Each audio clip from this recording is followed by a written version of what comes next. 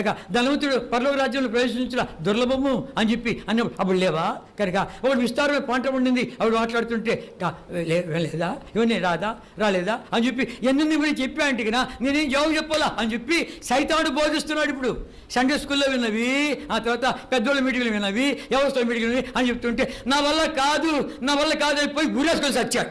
జాగ్రత్త, దేవునితో ఆడుకోబాకు, పాపముతో ఆడుకోబాకు.